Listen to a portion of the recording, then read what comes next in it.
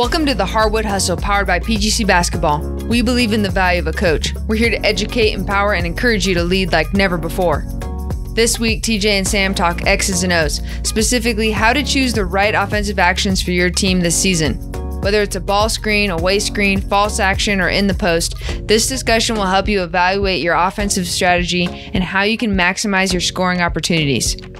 Let's get started.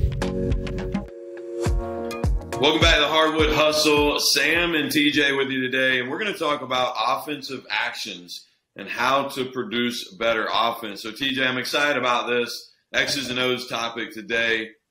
So, start us off. What is an offensive action that you find a lot of value in, maybe from last season, or that you'll be doing this season with your team that our listeners can gain from?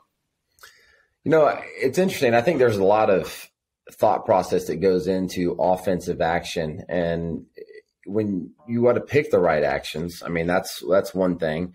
You got to be able to teach those actions really well.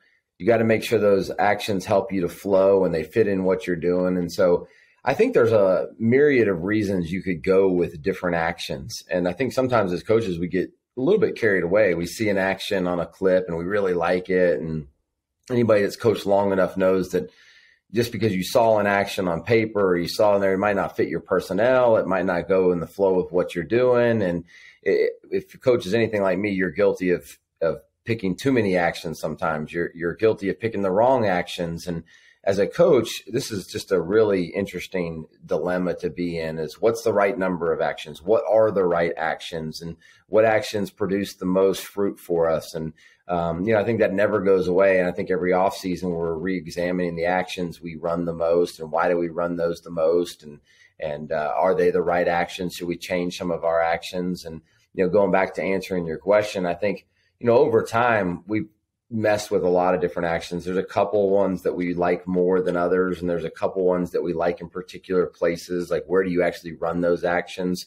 And so I got a lot of thoughts on it, but I thought I'd just give that background a little bit before we just jump into the action, which I think as a coach is our natural instinct.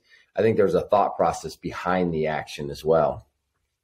Yeah, and let me piggyback on that. So, coaches should be thinking about, what fits within your offense, your natural, main offense, your flow, you run a motion, do you run a read and react? What is your main offense, and then how do those actions fit in it? Are your actions the same for like your secondary, transition game as your half court? And then I think you're thinking about how do I get my best players, the most touches in the right spots, and what actions produce that are hard to guard, and then giving them, like I think you mentioned a minute ago, which is you can run an action but then multiple reads off of that, so you're not pigeonholed. It's an A or B choice that's easy to be scouted as you get into your season. So just piggybacking off that. But let's dive in to some specific things, some specific actions, TJ. So start us off with one that you really like. Well, I think there's one that I like and hate. So I love-hate relationship with it is the ball screen. And I think another caveat to all of this is anytime you run multiple player actions, it has to be taught well. It has to be worked on. Like, there's an investment of time to get good at an action. And, the ball screen is one that I think a lot of people go in and they think, yeah, well, let's just set a ball screen. We'll come off of it and get a layup, or we'll hit the roll. And the better the defenses get, the more complex, the more answers you have to have for the ball screen.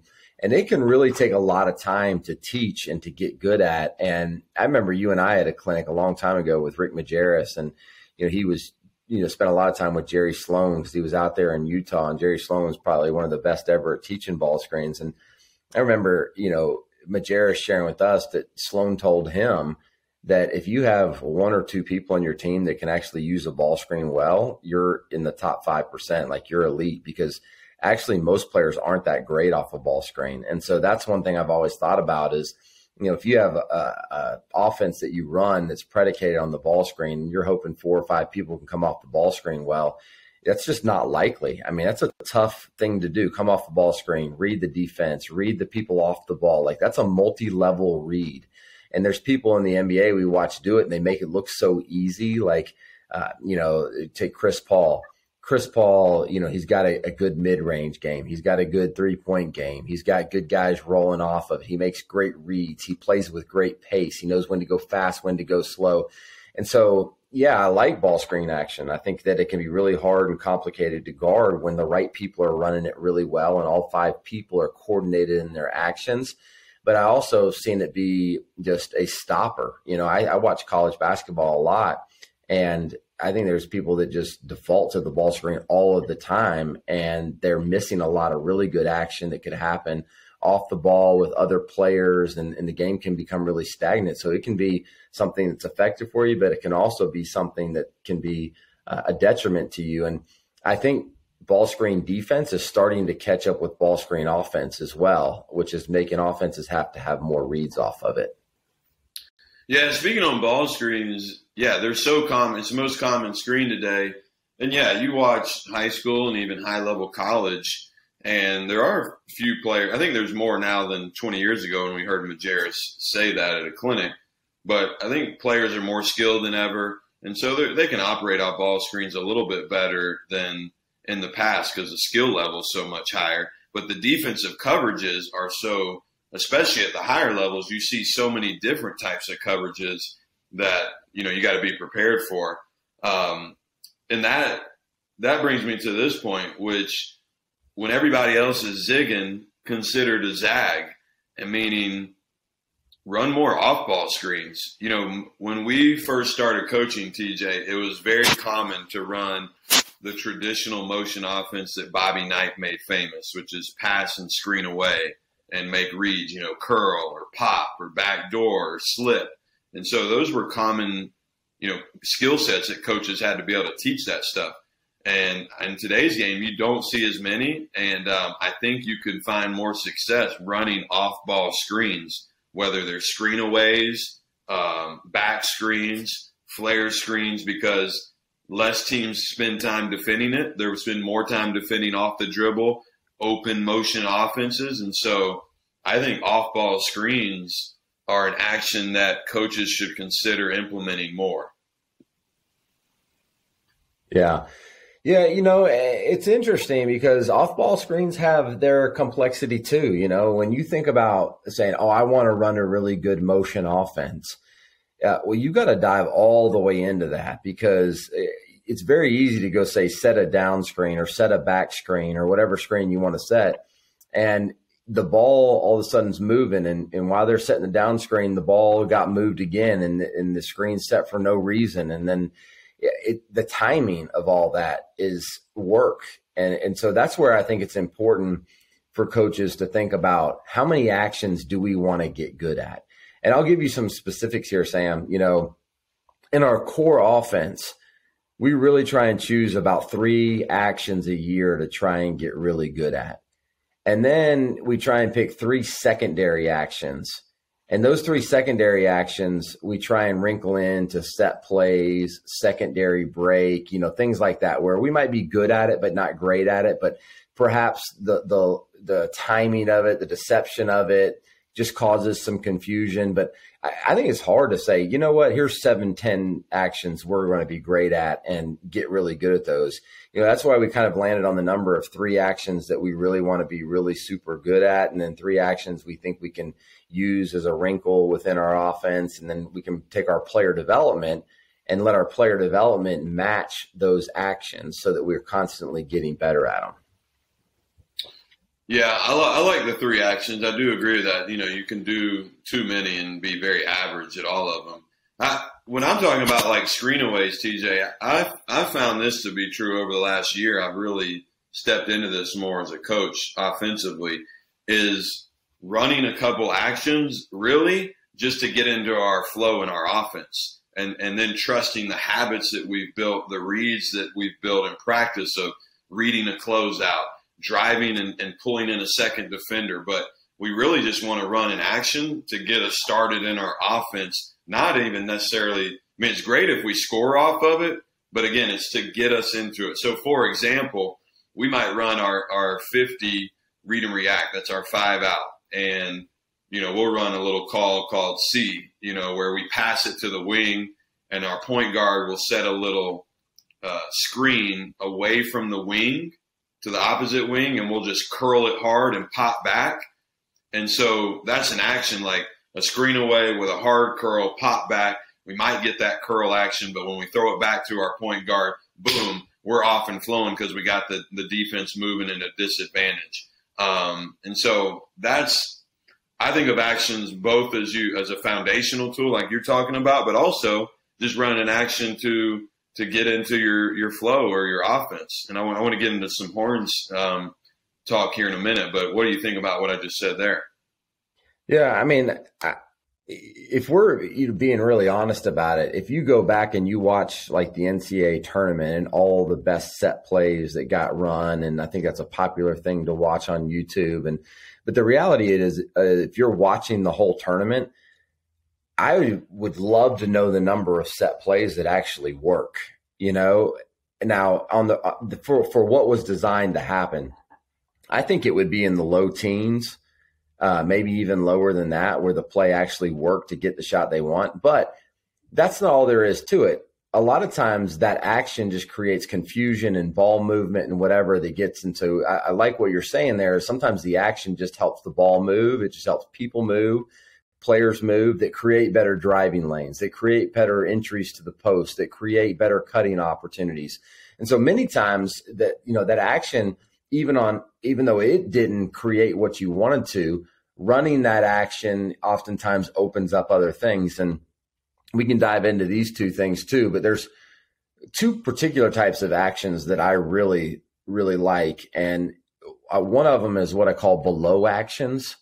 And that's action we run when the ball is below the defense. So anytime we throw it to the post, the ball is below the perimeter defense. And I think there's a lot of good action you can run when the ball is below the defense. Another type of action I like is false action, where everybody sees that being what you're trying to create, but you're actually going to get rid of the ball to go somewhere else. And you and I were talking about this. We actually call it something different, but I think listeners might know it as Stampede Action. And basically, you're running a ball screen with a raised man. 3 people are involved in this ball screen, but then you just kick it really quick to the other guard for a downhill drive. And basically it's if they help in, we kick it to the corner for shot. If they don't, you got to drive. So really it acts like you're running a ball screen with 3 people involved, a raise and whatever, but it's just deception to be able to create a one-on-one driving lane in that Stampede action. So those are 2 types of action, not specifically the Stampede, but I like below action, where it's below the defense, perimeter defense. And I like false action, where they think you're running this thing over and over again. Even something like an away screen, like you swing the ball and you're running a screen away. Oftentimes that just occupies the defense. And, Villanova does some stuff that I think people don't even recognize, but it's really good. Like they just, when the ball gets swung from slot to slot, they just exchange or down screen away. And that's like, there's nothing really you're getting out of that, but it changes who the low help defender is. And over the course of the game, it draws them out. And what does that do? It makes the defense late to help. They're not there to take the charge. They're late on their rotations, and so you might not be getting anything out of that action, but at the same time, you might be occupying defense, which creates easier opportunities for your teammates. Yeah, that's a great point, TJ. And, 2 years ago with our club teams, our older boys teams, I should say, we broke away a bit from the read and react and did this, where we basically said, when you catch the ball, obviously if you don't shoot it, you have four things you can do once you pass. When you pass the ball, you can cut, you can screen away, you can ball screen, and you can chase. Those are the 4 things that they could do. Now, within those 4, outside of the cut, I get into that in a minute, but you could use it, you could refuse it, or you could slip it. So if I go screen you, TJ, away from the ball, you could use my screen, you could refuse it, or I could slip it. And you can do that in a screen away, a ball screen, or a chase. And just to get clear on a chase would be I throw it to you and I chase the ball behind, a very popular NBA action. Like Jamal Murray and when he was healthy and Jokic were great at this. Murray would throw it to Jokic and he chased the ball in the high post. He might get the handoff. He might backdoor it. Defender might fall beneath it. He might pop back and shoot the three. And Jokic might fake the handoff, turn the corner. Like, there's just all types of things you can do off that one action. Go ahead. You have some? Yeah. No, I actually spent a long time last night talking to one of our PGC coaching members on one of our calls. And he's from New Zealand, and they almost run their offense exclusively out of those situations called throw and goes. Yeah. You throw it to the person, you go to them, come get the handoff, refuse the handoff, or slip it, like you just said, those options right there. And they run where, the post pops up. They also run it from guard to guard where they throw and they run it. And, there's a multiple options. And in thinking about just that one action, he basically said they run that one action as an offense. You throw, you go. So they call it throw and go. You go follow your pass, and you run off that two-player coordination multiple times throughout a possession. And we run that one in secondary and some things that we try and run some throw and goes. And the more we talked through it last night, and the more, it's actually one of those actions that's kind of complex, but actually simple, like you can't really screw it up. And those are sometimes my favorite actions is when, you've got some options here, do what you want to do. We got to work on getting some coordination here, but there's not a lot of timing to it where everything's got to be perfect. And so I like those type of actions where they're kind of in the middle, lots of options, but not staged, not you got to do the same thing every time, but also probably not going to take you 4 months to get correct. Absolutely. Well said. They're simple enough that it's easy to teach at all levels, whatever level you coach, but it's complex in how it can come together and create if we went out and played pickup ball, that's an action we would run that would be hard to guard. If you play 5-on-5 full court, or we were playing some 3-on-3 half court, handoffs are hard when you throw and go or you chase. Another thing I like to do recently, TJ, that I found this is great for player development, great for reading the D, developing your players' decision-making. So we play a horns game, 3-on-3. And in horns, you put your two players straddling the three-point line, or you can drop them into the elbows. But let's say they're straddling the three-point line. Ball handlers at the top of the key or extended up towards half court. You throw it to one of those players that are posted up at the three-point line, and now we're letting them decide what they want to do. They want to chase it, turn the corner, create an immediate decision-making. And by the way, why is chase action hard to guard? Because you immediately put the defense in a communication decision. Are we going to trap it? We're going to switch it? We're going to fight it? And anytime you force teams to communicate, defense to communicate, you create potentially some problems. But let me continue on with this, and then you tell me your thoughts, which you can chase it, or you can come off the flare screen on the weak side. Now on the flare screen, we might slip it. So all we're doing is running one simple action where you throw it and you either chase it or flare it, and then we just play ball. But you're learning how to read it, and I think I really like it. And it's something whether you run horn set or not, it's great for development on the offense and defensive end. Yeah. And I think one thing that's important is, age stage appropriateness, like when you think about all the different actions that you're going to run. One of the things I love about the read and react is that it gives players freedom, but also gives them structure. And like, as you say, there's some changes you've made to the read and react where you've given players more options. And, there's a certain age when you can give players more options. And I think that the fine line between a lot of options and players are overthinking, overreacting, they never get any good at any of them. And the place of like, hey, these are our core actions, and these are some variations where you can go off script a little bit. I think that's important, and that's varies from age stage. I think it also varies from how many veterans or returners you have on your team. Because a mistake I've made in coaching is getting enamored with a bunch of actions and giving too many options to players. not getting good at any of them. It just looks like mass confusion. And I think that, and also been carried away with spending too much time on our actions. When you think about, and this is, I was out at NBA Summer League in Vegas, and I hear more and more NBA coaches talking about this, is what patterns happen the most in the game. There's only a certain number of patterns that can happen, and getting good at those patterns are going to make you a better team. So for instance, if I drive baseline and there's 3 perimeter players and a post player, that's a pattern. Like, what do you do with your post player in that pattern? What do you do with your guards in that pattern? That can happen on a cut. That can happen on a circle.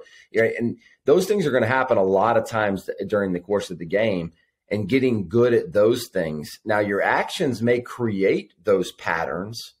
And so you want actions that create advantageous patterns for you. And I'm not trying to get too in depth or too deep, but you can get enamored with actions and go too far, too deep, and sometimes confuse teams. And so that balance, I think, is, and so it's like horns is something you pick and you spend time getting good at the reads and getting it right. And maybe you have another action, but I've made the mistake too many times of too many actions, too many options. Yeah, absolutely. You got to, be simple in your approach and start small and then build off of it. Don't put in, 5 actions, put in a couple actions, let them work on it, get comfortable. What I like about anything, like we're talking about the horns, we're working on, a flare, screen, and chase. That's something we can do within any offense at any time. You mentioned earlier, I think you called it below the defense action, which is throwing to the post. So let's talk about that for a second, because, for those, whether you're aware of this or not, for coaches listening, this is what the Golden State Warriors have done ever since Steve Kerr took over. They throw the ball into the post with no intention for the low post player to be scoring. They threw it into Bogut in the early years. They throw it into Draymond or, whoever now. And they're really just running split action, which again is, if Steph Curry is in the wing and he throws it to Draymond in the short corner, Steph is going to come over and screen Klay Thompson in the slot. Klay Thompson can come off that for a 3. Klay could reject the screen, refuse it. Steph could pop back. But that one action, you could go on YouTube and just watch lots of clips with them having success on it. So you can run that as a set play. Say, hey, we're going to run, Graham and split, Graham splits. That means we want to get Graham down in the in the short corner area. We're going to throw it to him, and then we're going to run split action. I mean, that's a simple call. Yeah. And now you just flow in your offense. And I think you got to think like that. Sometimes when we throw it in the post, it's not always to score with the low post player. And you don't need a low post scorer to play out of the post. Yeah, and I think that's good for high school coaches to hear, because, even at the college level, it's not easy to get a 6'9" back to the basket, bang you out like I'm just going to be a great. It's just hard to get. But I think everybody has, not everybody, but a lot of people have a post player on their team. Maybe it's a football player or somebody that comes out there and they're big and they're strong and they can rebound, but you don't know what to do with them. Or maybe they're tall and lanky and you just don't know what to do with them. I think almost every team, guys and girls, have a player that's not a guard, but at the same time, you can't just throw it down the block and get buckets.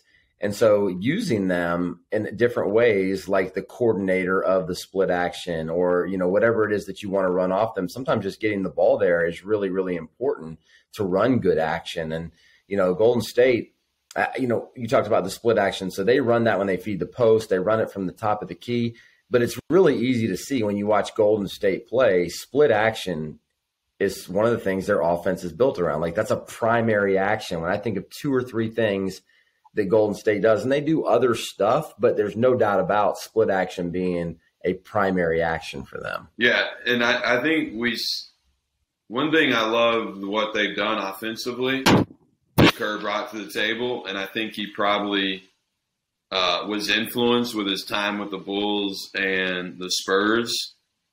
A lot of times I've seen this over the last 15 years. And, when even you and I coached together, we coached a kid that averaged 30 a game, and led the country in scoring. And sometimes the inclination is to give that player the ball and let them do what they do.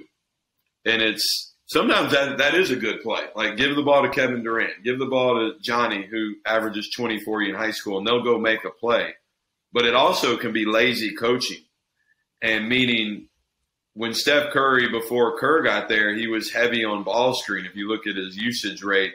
But then when Kerr got there, it was, hey, get rid of it, swing the ball. And, there's a great podcast of Draymond Green questioning. He said he was telling a story about it, and Steve Kerr kept telling Steph Curry to catch it and swing it. And he's like, Coach, he stopped practicing. He's like, why are you telling – Steph's our best player. Why do you want him to swing the ball? He's like, I want him to catch it. I want it on the second touch to get it on a closeout and be hard to guard. And the best players are ultimately going to take the most shots. He said we have to trust that. Like Michael Jordan that ball doesn't have to hit it. He's going to take the most shots. He's the best player. The ball has a way of finding the best players. And, you're not leaving it all to chance. But I guess my point in telling that story is coaches that are listening, that you have a best player, don't think you have to run everything through that best player. Run some actions that get the ball moving, and then it hits them on the second or third touch that they look to attack. Yeah, and sometimes you have to sell that to everybody, and your team will benefit from it too. I mean, run split action with your best player and they knock down a three, and then the defense is going to be gung-ho on making sure they stop that. And then you got a player who's average or below, and they're going to start slipping that and getting layups. And most players on your team can make a layup, and it's a way to get easy buckets, for your team. And the more everybody scores, the easier the offense gets, even for your best player. And so I think that it's really important to create those type of actions. And, just we won't stay on it too long, but below defensive actions, there's Laker cuts where you're just cutting off the ball. The split action is probably my favorite going out of there. There's people that have gotten more complex, and another simple one is a grenade. And that's when you catch the ball on the block and it's a dribble handoff, but you're going up instead of over. And that's hard to guard because it's a unique action. So the post player dribbles up at a guard and comes downhill for a handoff, and you can kind of run some of the same stuff you did on throw and go or chase there. They could turn the corner, whatever. That's a tough action. I like a lot of split action with a second cutter. So split action, somebody dives to the rim, they don't get it, then send the 45 or somebody else to the rim, and that second cutter can be really hard to guard. Which but yeah, those by the way has like for a while they might call that a Marion cut, like Sean Marion made that popular, the weak side 45 cut, or now they might call it a Bridges cut, Mikal Bridges cut. So yeah, I just want to add that. Put some language around your cuts too. I think you'll find players buying in, but keep going. Yeah. Yeah. And anytime you name it after an NBA player, they'll do it right away. Right. So if you coach an NBA and WNBA player, just call it the Bird, Sue Bird or Larry Bird or whatever, and just they're going to want to do that action.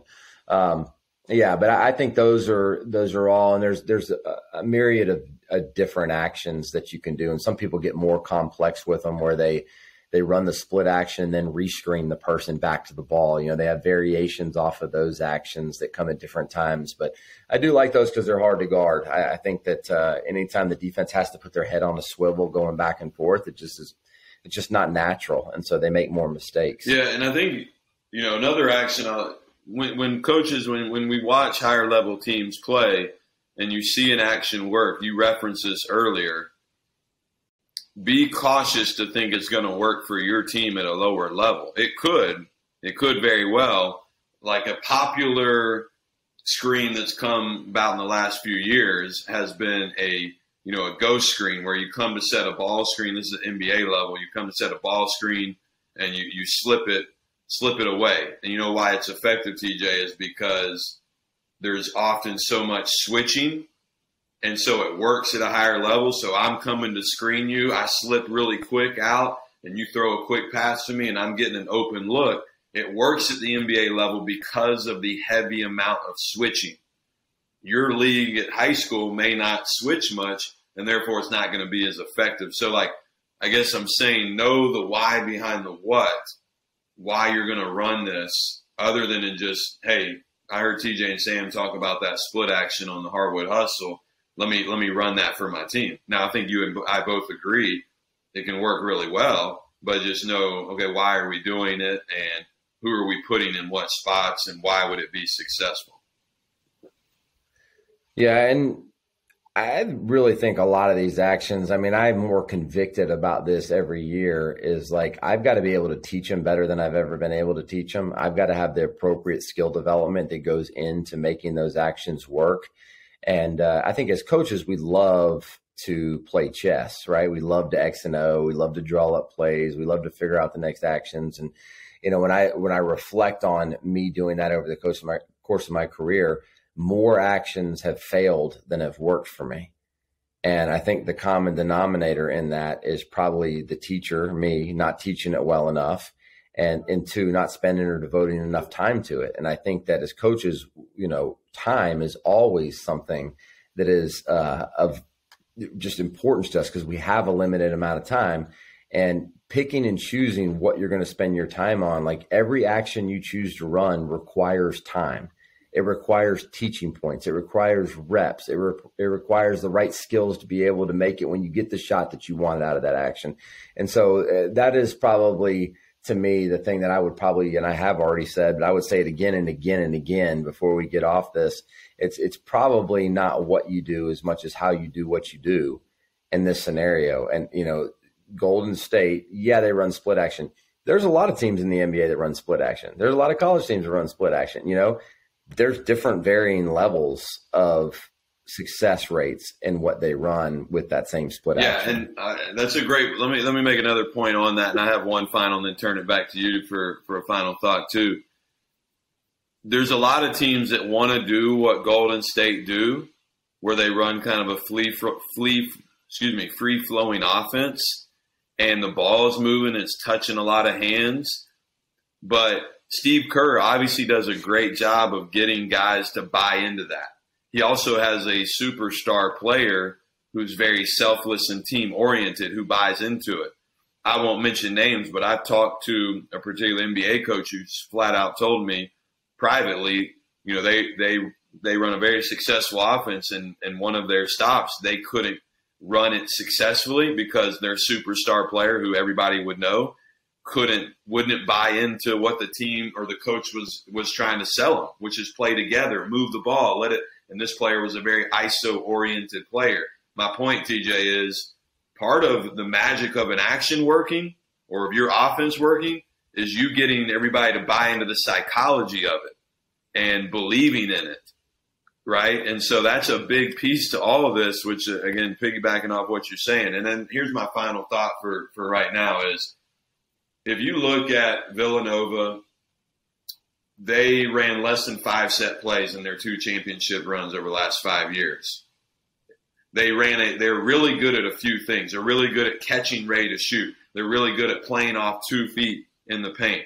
They're really good at making good decisions and taking good shots.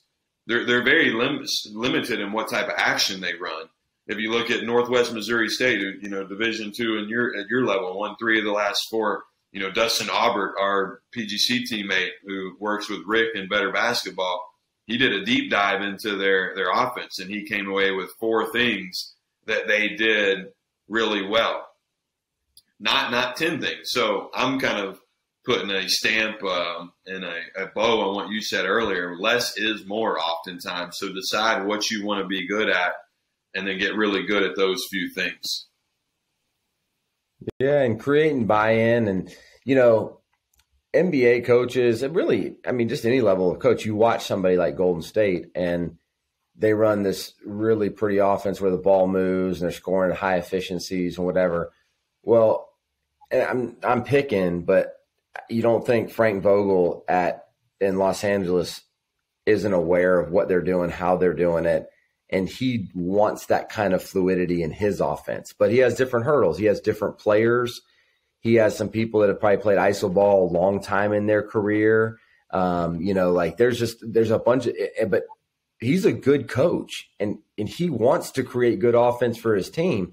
So it's easier said than done. I mean, it could be the not getting the buy-in. It could be not having the proper personnel. It could be not having enough time. It could be, and you have to weigh all those things in, whether you're going to run Stampede, throw and go, ball screen, horns, screen away, America's action, whatever it is that you're going to run, like you just have to spend some time before you actually go out there and do it. And the last thing I would say about that, Sam, is that do what happens the most. You know what I mean? Like one of the things that I like about Read and React is like the circle movement. I think that it's good. Like a youth team could be really good. If they could just pass and cut and run the circle movement part of it, you could run really good offense. Well, most of those set plays and all that stuff is going to break down, and you're going to find yourself in some kind of dribble situation or passing game situation where, those actions may go away or may not be the most important, and somebody's going to have to dribble and make a play. And so you have to make sure that you still work on that stuff too. What happens when your actions don't work?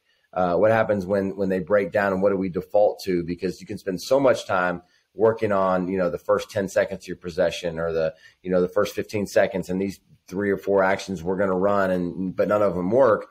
And eventually players got to make plays. And that's where if you're 80-20, 20% player development, 80% all the X's and O's, I think you're going to be in a little bit of trouble, because all of us come to a place where we're going to be relying on players to make some plays. Yeah, great conversation, TJ. And coaches, hit us up on Twitter and let us know what you like, what hammered or hit home with you, and what have you found that works for you. Even drop a couple clips on Twitter. We're both active on there. Love the interaction and the conversation. So join us on there, and thanks for joining us. That is TJ, I am Sam, and we are the Hardwood Hustle. Thanks for tuning in to this episode of the Hardwood Hustle, where we believe in the value of a coach. We want to bring you quality content and journey with you. Stay connected with us on Twitter and Instagram. You can find us at Hardwood_hustle. From the Hardwood Hustle team, thanks again. We can't wait to be with you again next week.